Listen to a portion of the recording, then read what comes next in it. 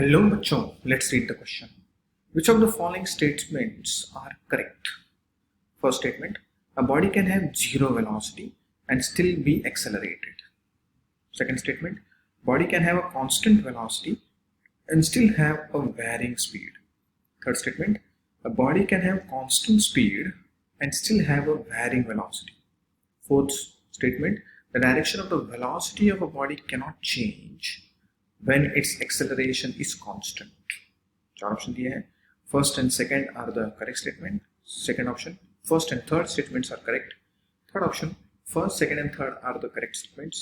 And fourth option, second, third and fourth are the correct statements. तो हमें यहाँ पर velocity, acceleration और speed के concept लगाने हैं.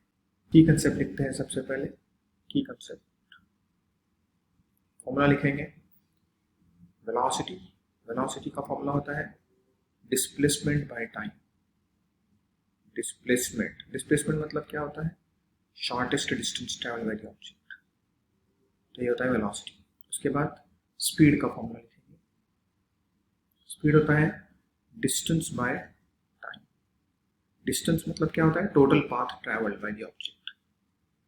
और उसके बाद एक्सेलरेशन का फॉर्मूला होता है change in velocity by time. Change in velocity is delta we by delta T. ये तीन फॉर्मूला हम यूज करके सॉल्व करेंगे. अभी फर्स्ट स्टेटमेंट बोल रहा है कि body can have zero velocity and still be accelerated. देखिए एग्जांपल लेता हूँ मैं. मान लेते हैं आपने एक ऑब्जेक्ट लिया और ऑब्जेक्ट को ऊपर फेंक दिया. जब ये मैक्सिमम हाइट पहुंचेगा, मान लेते हैं ये पॉइंट मैक्सिमम हाइट, तो यहाँ पर इसकी वेलोसिटी क्या होती है? जीरो होती है. मगर एक्सेलरेशन जीरो होता है क्या? नो, एक्सेलरेशन जीरो नहीं. एक्सेलरेशन कितना लगता है?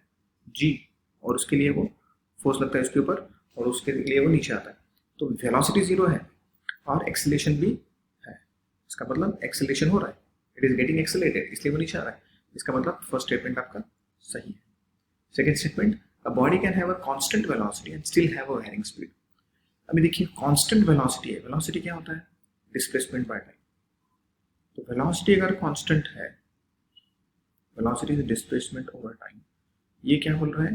कांस्टेंट है. ये कांस्टेंट है तो डिस्प्लेसमेंट बाय टाइम भी क्या हो गया? कांस्टेंट हो गया. And still have a varying speed. Speed क्या होता है? Speed is basically distance by time. तो अगर डिस्प्लेसमेंट कांस्टेंट है तो डिस्टेंस भी क्या होना चाहिए? सेम होना चाहिए.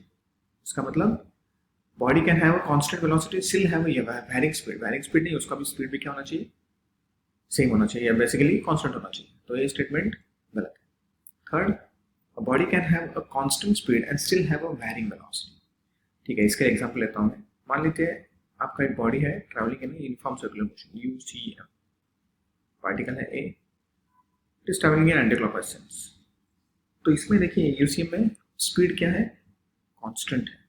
Speed is constant. But what about velocity? देखिए यहाँ पे वेलोसिटी ये हो गई.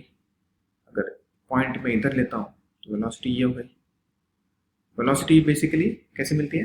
टेंजेंट ड्रॉ करेंगे तो हर एक पॉइंट पे, ए पॉइंट और बी पॉइंट पे देखिए वेलोसिटी अलग अलग है, कि डायरेक्शन अलग है, मगर स्पीड क्या है? कांस्टेंट है. तो सही है. Body can have a constant speed. Speed constant है मगर वेलोसिटी है, वेलोसिटी इज डिफरेंट. तो ये सही स्टेटमेंट है. चौथा statement, the direction of velocity of body can not change when it's acceleration is constant. अभी एक्सेलरेशन कांस्टेंट बोल रहा है. एक्सेलरेशन क्या होता है? Change in velocity by time. Acceleration जब कांस्टेंट है तो ये ratio velocity change by time भी क्या होना चाहिए? सेम होना चाहिए. अगर direction of velocity of body can not change. Direction change हो सकती है, डायरेक्शन चेंज हो सकती है, इसका मतलब वेलोसिटी चेंज है, मतलब चेंज इन वेलोसिटी कांस्टेंट रखना है. हमें क्या रखना है? Change in velocity over time should be constant. तो डायरेक्शन चेंज हो सकती है. तो ये भी स्टेटमेंट क्या हो गया? गलत हुई. तो right statements are first and third. तो option B is a correct option.